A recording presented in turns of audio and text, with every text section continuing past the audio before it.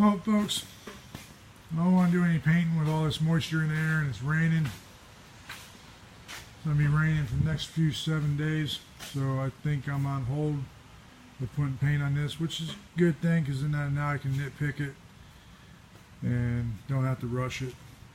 Another coat of primer. See all my new little nicks and picks. But in between rewiring this beast, got all the new wire. It's an old Volkswagen trike. Got a new fuse panel. That's the old one there. Not very nice. There's a nice new weatherproof one. Be great. Some purple wire loom. It matches purple. It matches purple over there for where we have to see wire loom. I try not to see any wires. Got all new wire. Got to rewire the whole thing. We're going to be taking this bucket out. This is where his whole, in a sense in a car, so that everybody understands, this is where his whole fuse block, computer, all that crap's in there. It looks like crap. We're getting rid of that. We're gonna cover the inside of this with the same material he's gonna use on his seats. We got to get another set of risers because they took Harley risers and come in the middle. And if you look, those risers aren't holding anything. I don't know why they did this, just to mock it up, whatever, but when your bars do this, I guess that's that new tilt steering on a trike. Then we got, going to be taking this whole front fairing off so we can get in there to that. Take the fuel tank off. I'm getting a aftermarket fuel sending unit with a gauge in one kit. I learned don't buy them individually. From the last trike I was around, I had to go through a lot to figure out the ohms because different gauges send different ohms, different fuel gauges receive different ohms. So we're taking the fuel tank off, pop a hole in it, put the new gauge in. We'll get the Baja brace off. We're going to repaint the intakes purple. We're going to clean up or replace all the Volkswagen engine chrome.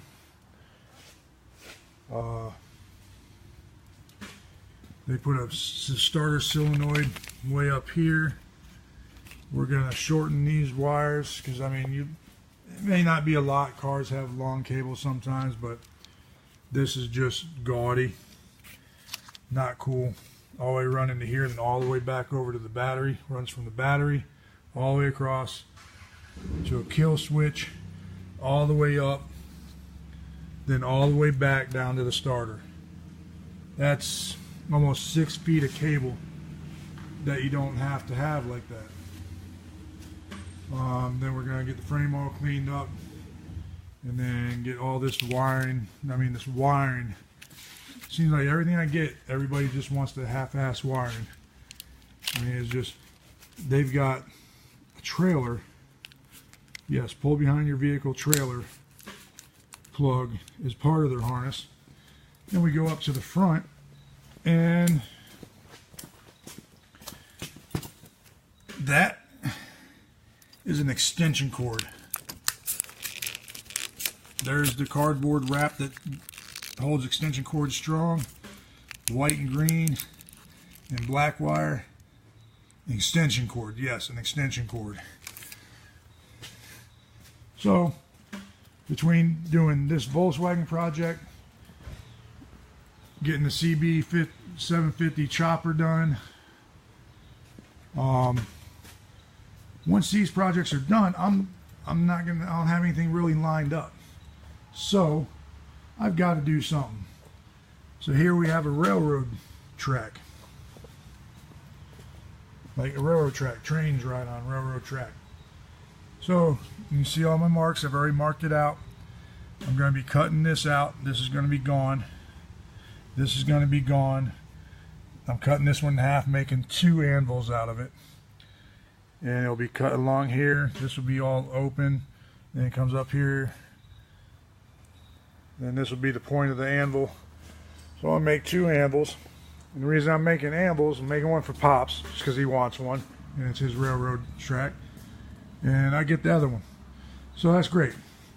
So what we have here, got some aluminum horseshoes, just raw material. Got some steel horseshoes, raw material. And a bucket of brass shells. I'm going to need a lot more brass shells, so if anybody knows where a bunch are that I can go get, let me know. Got one small air tank. That's going to become a kiln to make knives and anything I want to make out of metal. This is another air tank. I'm going to make a coal forge out of. Then make swords because it's bigger. Make swords and any other type of decorative metal. This right here is going to be my foundry.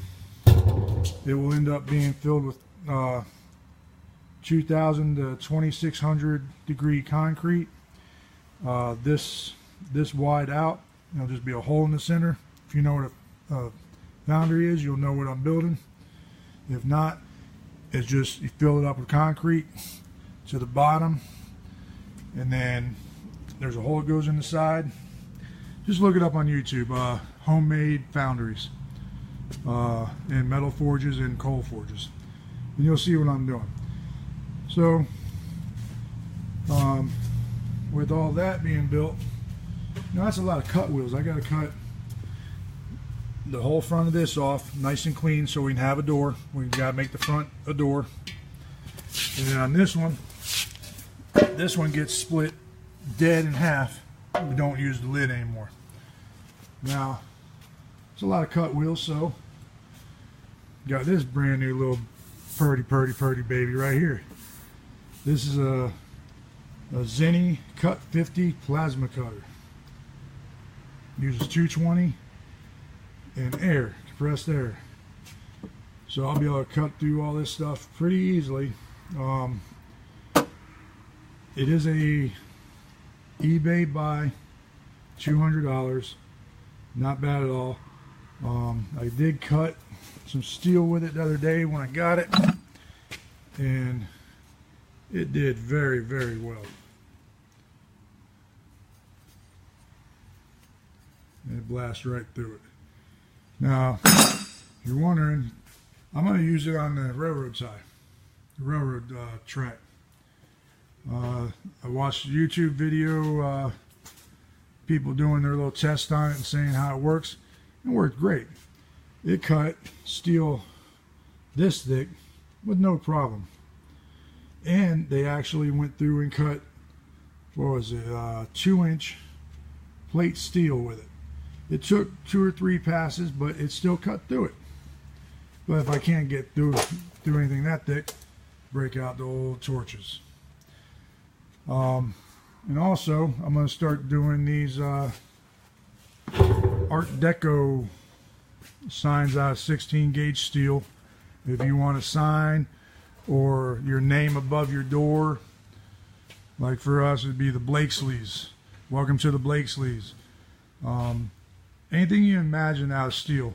If you need special gussets, anything like that made, I'm going to be making it all. So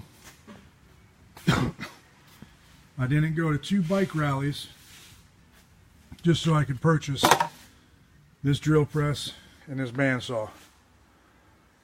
So let's get things done.